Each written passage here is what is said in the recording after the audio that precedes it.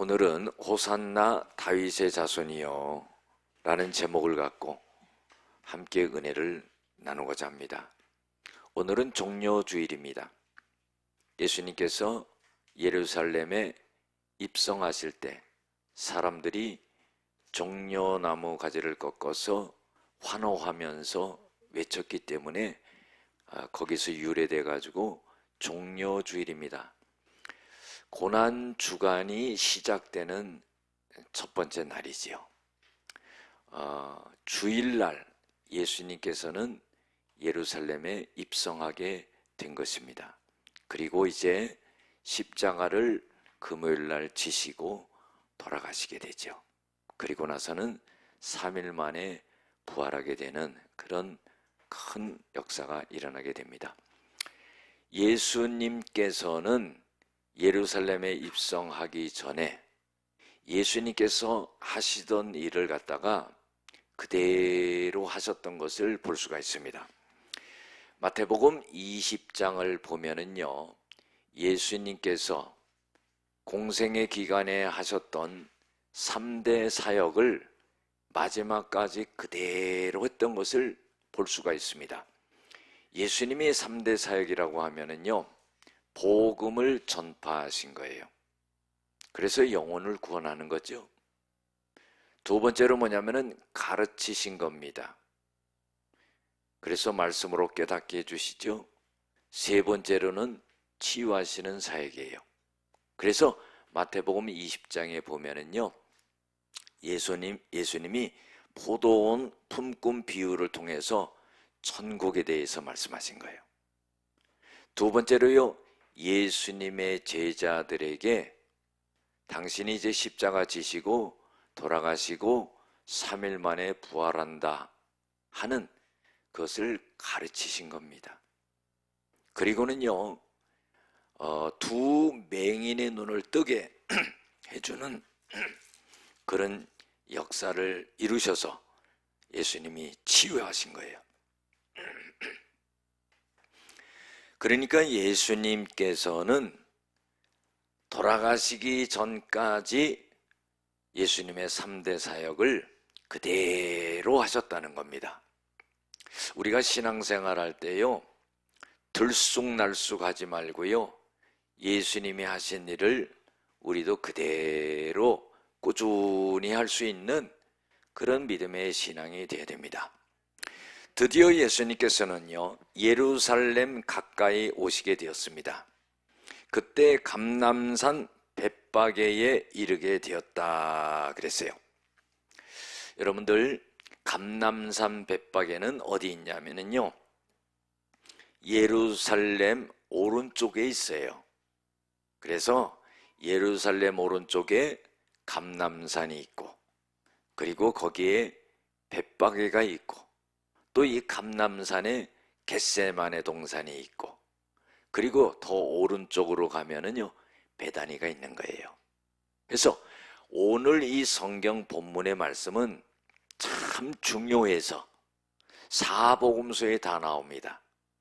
마가복음 11장에도 나오고, 누가복음 16장에도 나오고, 19장에도 나오고, 요한복음 12장에도 그대로 나오는데, 거기에는요, 베다니도 나와요.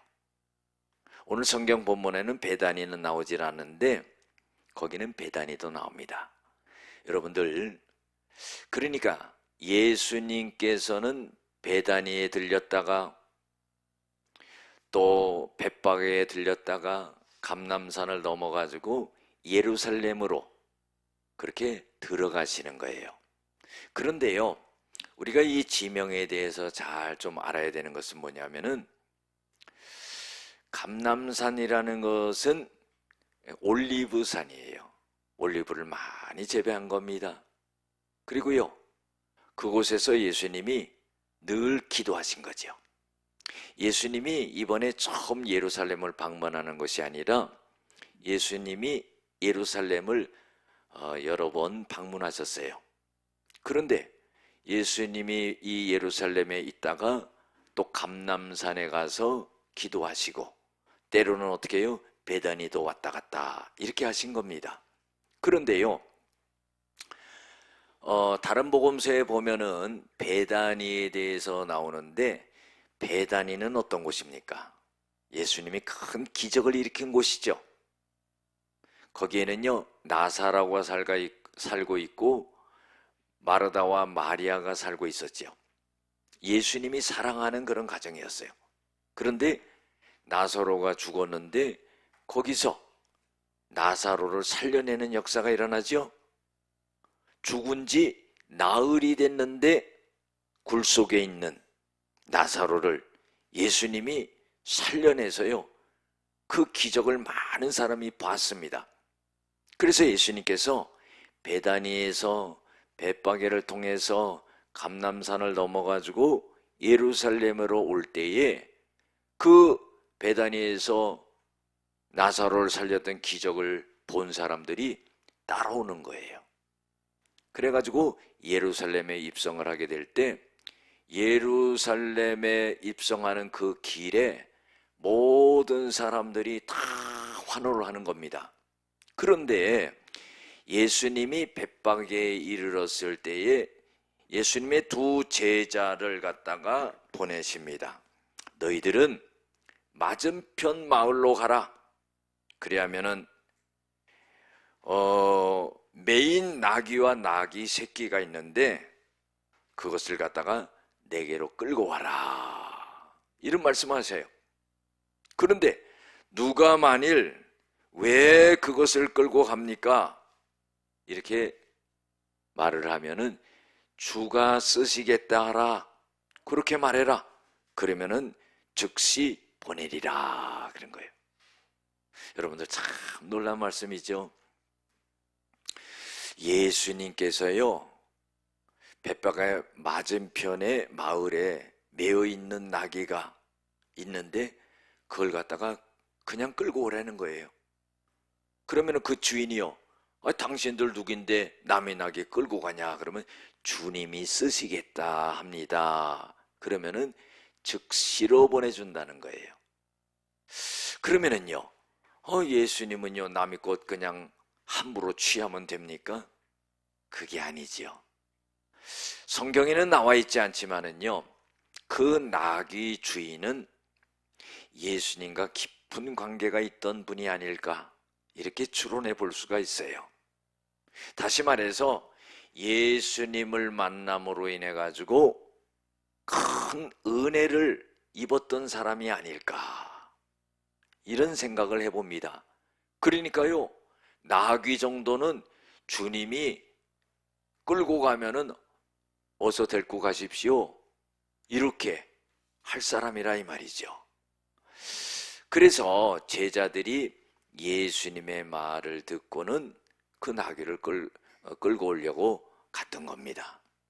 그런데 우리가 한번 생각해 보면은요, 예수님께서 멋진 말을 타고 예루살렘에 입성하시면은 얼마나 좋겠어요. 그런데요, 보잘것없는 나귀를 타고 입성하신단 말이에요.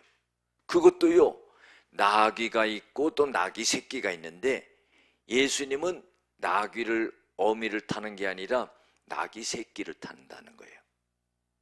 그러니까 한번 보세요. 나귀 새끼만 끌고 오면은요, 이 나귀 새끼가 어미한테 떨어지려고 그러겠어요? 그 두 마리 다 끌고 왔을 거예요. 그런데 예수님이 타시는 거는 나귀 새끼를 타셨다, 그러는 거예요. 말을 타고 입성하는 게 아닙니다. 여러분들, 말은요, 말을 타면 얼마나 멋져요. 전쟁에 나가는 사람이 말을 타고 또 전쟁에 이겨가지고요, 돌아올 때요, 얼마나 멋진 말을 타고 귀환하겠습니까? 예수님도요, 예루살렘에 들어가실 때 멋진 말을 타고 들어가면은 얼마나 멋있겠어요. 어차피 많은 사람들이 예수님을 따르고 환호하거든요. 그런데 예수님께서는 말을 타지 아니하고 나귀를 타셨다는 거예요. 여러분들, 왜 나귀를 타셨을까요? 예수님은요, 겸손한 모습을 보여주기 위한 거예요. 그리고요, 나귀 어미를 타지 않고 왜 나귀 새끼를 탔을까? 성경에 나와 있지 않으니까요, 제가 설교 말씀 전하기 위해서 고민이 많았어요. 아니, 낙이 어미를 타면 좋을 텐데 왜 힘이 없는 새끼를 탔을까? 그런 생각을 해봤습니다. 낙이 어미는요, 여러 가지 경험을 많이 했지요. 그래서요, 갑자기 그냥 사람들이 환호하고 소동을 일으키고 하면은요, 아니, 자기 생각대로 삐져가지고 그냥 옆으로 튀어져 나갈 수가 있어요. 그런데 낙이 새끼는요, 아무것도 경험하지 못한 낙이에요. 그리고요, 힘이 없어요. 자기가 판단할 수 있는 이런 생각도 짧습니다. 그러니까 단순하게 예수님이 올라타면은 그냥 주위에 어떤 사람들이 소동을 일으키고 소리를 지르고 그래도요, 거기에 따라서 반응하지 않을 것이다. 이런 생각을 한번 해봤습니다. 그리고요, 나귀보다도 나귀 새끼를 탔다는 것은 더 겸손하게 낮아지려는 그런 모습이 아닌가, 이런 생각을 해봅니다. 그래서요, 끌고 오라. 만일 누가 무슨 말을 하면은 주님이 쓰시겠다 하면은 즉시 보낼 것이다, 그런 거예요. 그러면서요, 성경을 인용합니다. 이는 선지자를 통하여 하신 말씀을 이루려 함이라. 이것은 뭐예요? 선지자가 구약에서요, 예언했다는 거예요.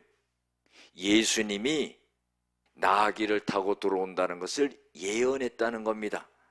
그것이 스가랴 선지자가 예언을 했는데 스가랴 9장 9절에 그렇게 예언이 된 거예요. 그 내용은 뭐냐? 5절에 나와 있습니다. 시온 딸에게 이르기를 네 왕이 너에게 임하나니 그는 겸손하여 나귀 곧 멍에 매는 짐승의 새끼를 탔도다, 그런 거예요. 스가랴 선지자는요, 예수님이 탄생하기 490년 전의 사람이에요. 여러분들, 490년 전의 선지자를 통해서 예언됐던 것이요, 490년이 지나가지고 예수님이 실제로 나귀를 타고 입성하는 그런 역사가 일어난다는 거예요. 이 얼마나 참 놀라운 겁니까? 그래서요, 제자들이 가서 예수님이 명하신 대로 나귀와 나귀 새끼를 끌고 왔다, 그러는 거예요. 그리고는요, 이 제자들이 자기의 겉옷을 벗어가지고 그 나귀 새끼의 안장을 딱 얹은 거예요. 그리고 예수님께서 그 위에 타시고 많은 무리들은 겉옷을 길가에 폈다는 거예요. 그리고 종려나무 가지를 꺾고 그 길에 펴고 흔들고 하는, 환호하는 그런 일이 벌어지게 됐죠. 그래서 예수님이 나귀를 타고 입성을 하시는데 앞에 가고 뒤에 따르는 무리가 소리를 높여서 호산나, 그런 거예요. 다윗의 자손이여 찬송하리로다. 주의 이름으로 오시는 이여 가장 높으신 곳에서 호산나 하더라, 그랬어요. 요한복음 12장 13절에 보면요, 하나 여기에 말이 더 보태져 있습니다. 그것은 뭐냐면 이스라엘 왕이시여 하더라, 그랬어요. 그리고는요, 예수님께서 이제 예루살렘으로 들어가시게 되죠. 그때에 온 성이 완전히 소동하며 이 나귀를 탄 이 사람은 누구냐? 이렇게 서로가 묻는 겁니다. 그때 많은 무리가요, 이런 말을 하죠. 갈릴리 나사렛에서 나온 선지자 예수라 하니라. 예수님이요, 이제 예루살렘에 입성하시는 그런 장면을 나타낸 겁니다. 그런데요, 오늘 말씀 속에서 우리가요, 좀 깊게 생각해 보고요, 교훈을 얻을 말씀이 있습니다.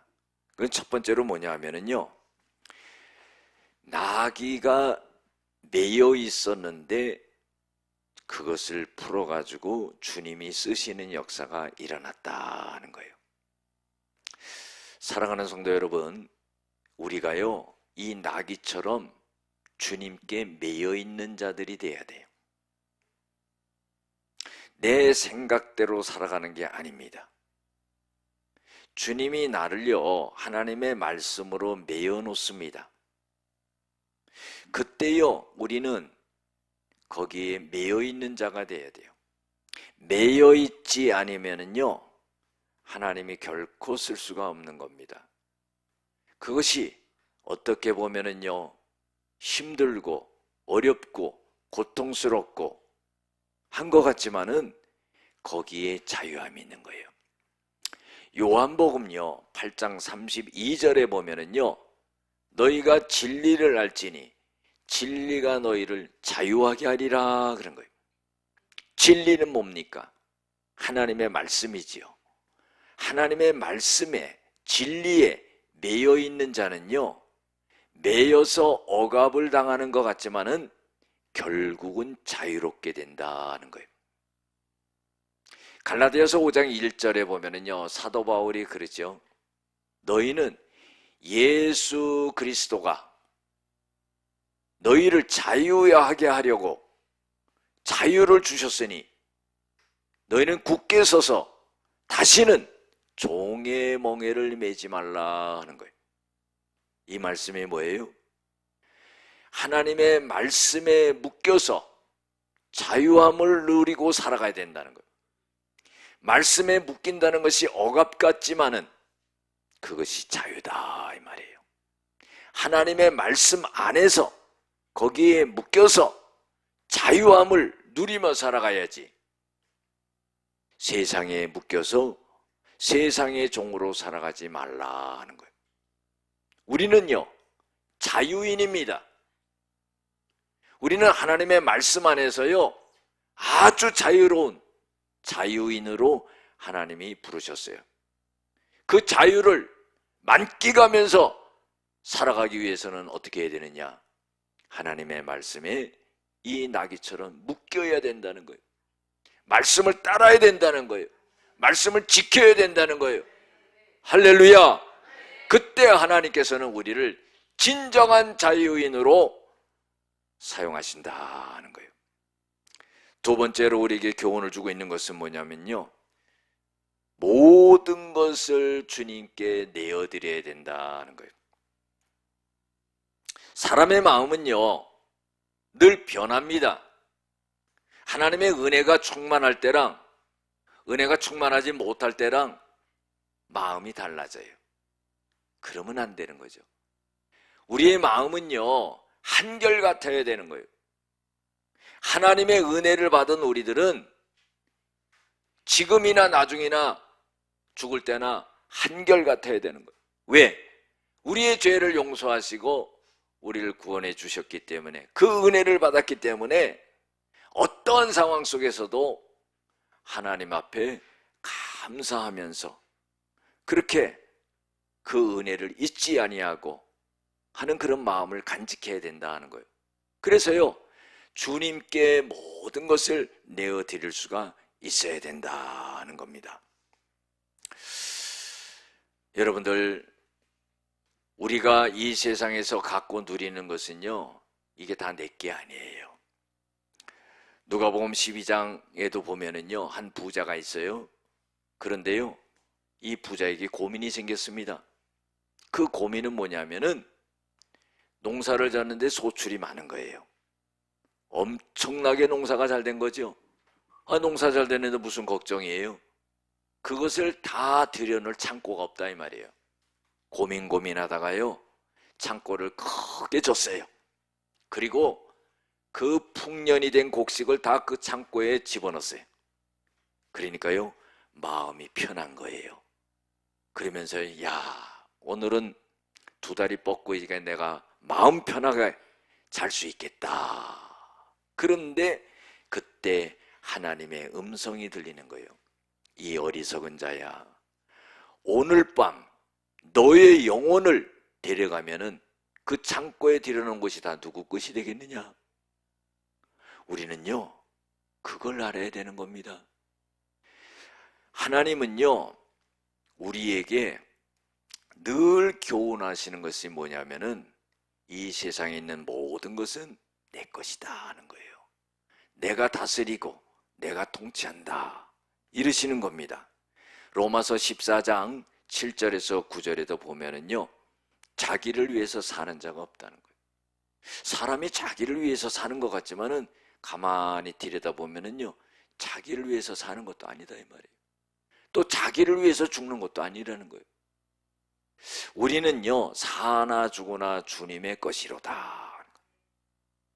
우리의 생명도, 우리의 물질도, 우리의 건강도, 우리 자식도 모든 것이 주님 거예요. 그래서요, 주님께서 쓰시겠다 하면은요, 생각해 볼게요, 기도해 볼게요, 이거는 안 되는 거예요.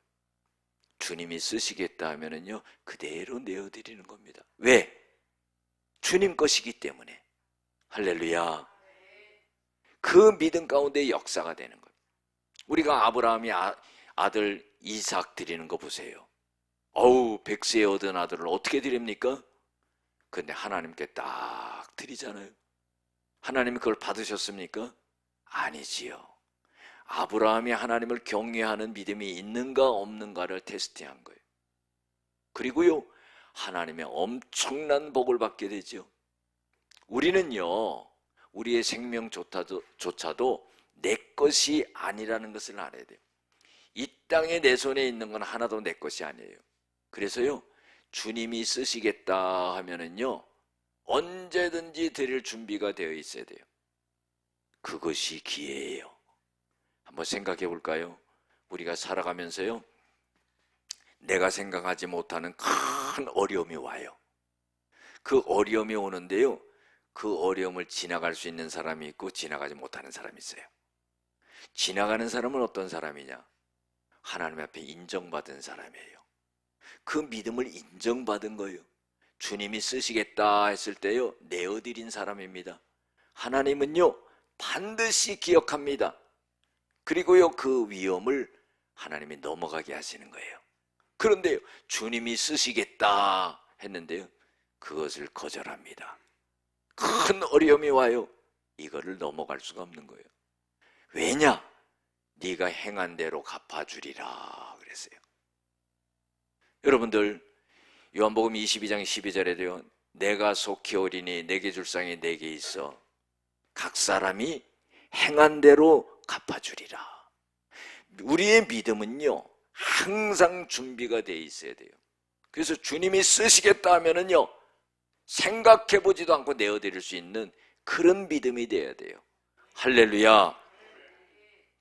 세 번째로는요, 하나님의 말씀은 예언이 되고 성취가 된다는 거예요. 예수님이 낙이 타고 예루살렘에 입성하는 이것이요, 예수님이 탄생하기 490년 전에 스가랴 선지자를 통해서 예언이 됐던 것인데 이것이 이루어졌다는 거예요. 여러분들, 490년의 세월이라는 것이 짧습니까? 얼마나 길어요? 그런데요, 하나님이 하나님의 선지자를 통해서 예언됐던 것이 그 490년이 지나도 응답이 된다는 거예요. 한번 보세요. 우리가 성경을요 보면은 이 성경은 약속의 말씀이라 이 말이에요. 구약 그러면은 옛날 약속이라는 거예요. 신약 새로운 약속이라는 거예요. 그러면은요, 구약에 약속한 게 딱 한마디로 뭐냐? 메시아를 보내주겠다는 거예요. 그 약속이에요.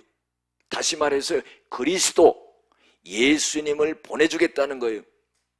그 왜 보냅니까? 인류를 구원하기 위해서 보내시는 거죠. 그런데 신약에는 어떻게 해요? 그 약속된 메시아가 오셨다는 거예요. 이것은 뭐예요? 성취를 말하는 겁니다. 하나님의 말씀은 예언되었지만은 아무리 시간이 오래 지나도 그것은 반드시 성취를 하게 된다 그랬어요.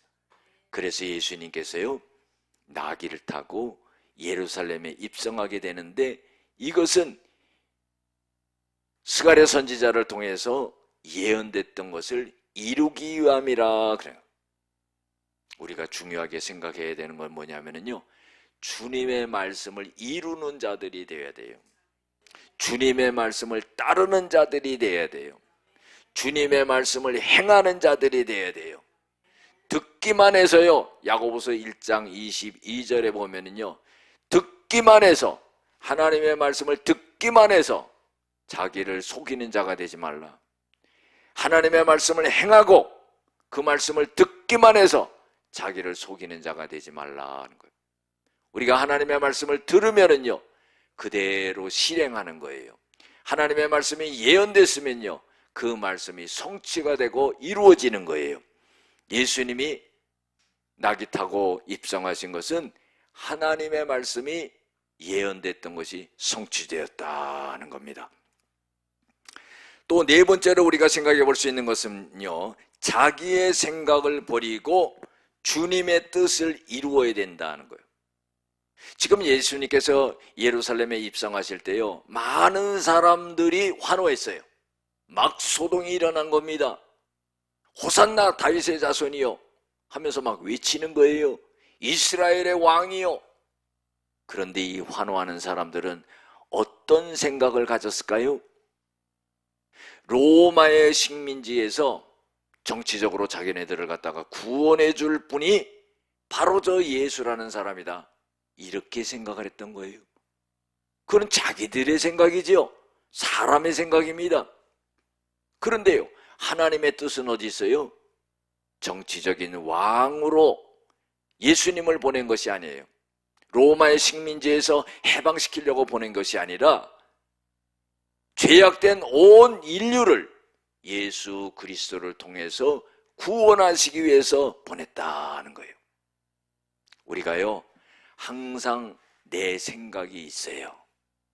여러분들, 그러나 하나님의 뜻이 있다는 걸 알아야 돼요. 근데 문제는 뭡니까? 생각해 봅니다. 기도해 봅니다. 그리고는요, 자기 나름대로 이것이 하나님의 뜻이다 생각하는.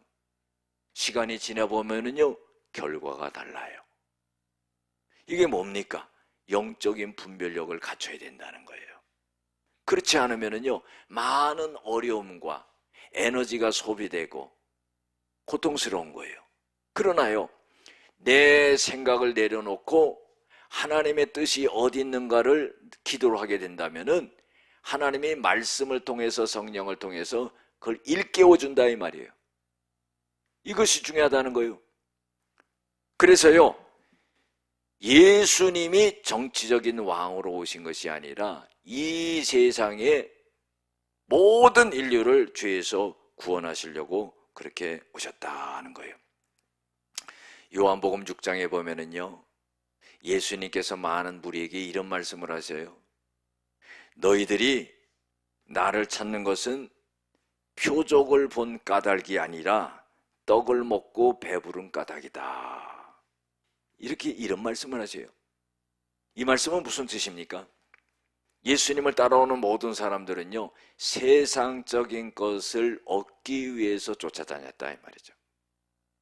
너희들이 표적을 보고 과연 내가 누군가를 한번 생각해보고 알고 그리고 믿는다면은 너희들의 영혼이 구원을 받을 것인데, 그것은 전혀 생각하지 아니하고 너희들의 생각 속에서 나를 쫓아오는 것은 떡을 먹고 배불렀기 때문이다.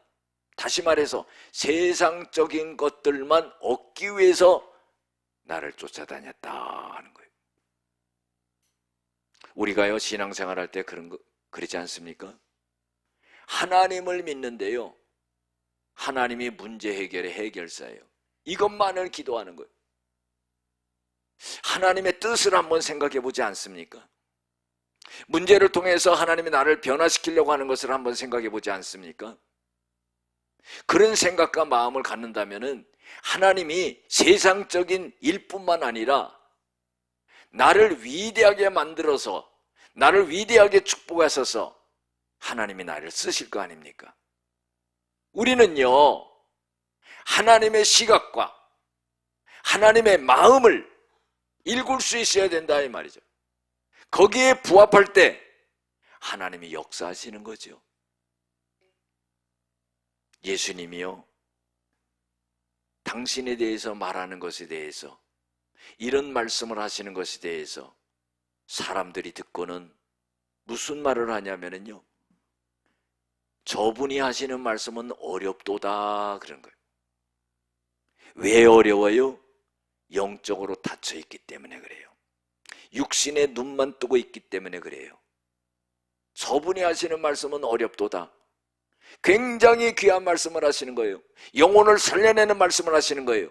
그런데요, 어렵다 하고 떠나가더라 그랬어요. 그때 예수님께서요, 제자들에게 이런 말씀하시죠. 너희들도 가려느냐? 베드로가요, 그때 이런 말씀을 드립니다. 영생의 말씀이 주님께 있는데 우리가 어디로 가리까? 수제자의 자격이 있지요. 여러분들, 그게 있어야 된다는 겁니다. 우리가 자기 생각을 버려야 돼요. 주님의 뜻을 찾아야 돼요. 그것이 문제 속에서 마태복음 6장 10절에 보면 뜻이 하늘에서 이루어진 것처럼 땅에서도 이루어지리라. 잠언 16장 9절에 모든 자기가 마음에 계획할지라도 걸음을 인도하시는 분은 여호와 하나님이라 하는 거. 아무리 생각하고 아무리 계획하고 아무리 추진해도요, 하나님이 그 발걸음을 인도하시는 거예요. 경영자는 하나님이에요. 하나님에게 능력이 있는 거예요. 하나님에게 주권이 있고 하나님의 통찰심이 있는 거예요. 우리가 하나님에게 부합하기만 한다면은 하나님께서는 영육간의 모든 것을 풀어주시고 우리 영혼까지도 구원하시는 분, 하나밖에 없는 독생자 예수를 아끼지 아니하시고 우리에게 주신 분이 우리에게 뭘 아끼겠습니까? 여러분들, 우리가 변하게 될 때 하나님의 역사는 나타나는 거예요. 내 생각을 버려야 되는 거죠. 주님의 뜻을 찾아야 되는 거죠. 주님의 시각을 가져야 되는 거죠. 그 믿음을 가질 때 하나님은 역사를 하는 겁니다. 마지막으로요, 예수님이 선지자인 것을 넘어서 우리의 구원자라는 것을 알아야 된다 하는 거예요. 오늘 성경에 보면은 저 사람이 누구야? 왜 많은 사람들이 저렇게 소동을 하는 거야? 이렇게 그냥 난리가 난 겁니다. 그때요, 무리가 무슨 말을 하냐면은 갈릴리 나사렛에서 나온 선지자 예수입니다, 이렇게 말을 하거든요. 그런데 여러분들, 예수님은요, 선지자를 뛰어넘는 분이에요. 그분은 하나님의 아들이면서 하나님이세요. 그분은요, 우리의 구원자라는 거예요. 할렐루야. 우리의 영혼을 구원하는 분이에요. 그래서 예수님은요, 그 고난의 십자가를 졌다 하는 거예요. 우리가 해야 될 일은 뭡니까? 우리도요, 십자가를 져야 되는 거예요. 우리가 세상에 여러 가지 짐을 지고 고통스럽고 힘들 수가 있지만은요, 그때 예수님께서는요, 마태복음 11장 28절에 수고하고 무거운 짐진 자들아 다 내게로 오라, 내가 너희를 쉬게 하리라. 이 세상에 너희가 당하는 모든 짐을 다 갖고 와라, 내가 다 해결하겠다. 그러나 마태복음 6장 24절에 보면은요, 너희가 나를 따라오려거든 자기 십자가를 지고 나를 따라와야 된다. 자기의 목숨을 얻으려고 하면 잃을 것이요, 주를 위하여 버릴 생각을 하면 얻을 것이다, 그런 거예요. 그리고 인자가, 내가 세상에 올 때에 각 사람의 행한 대로 갚아주리라. 십자가 진 사람들이요, 하나님의 큰 은혜와 보상이 있다 하는 겁니다.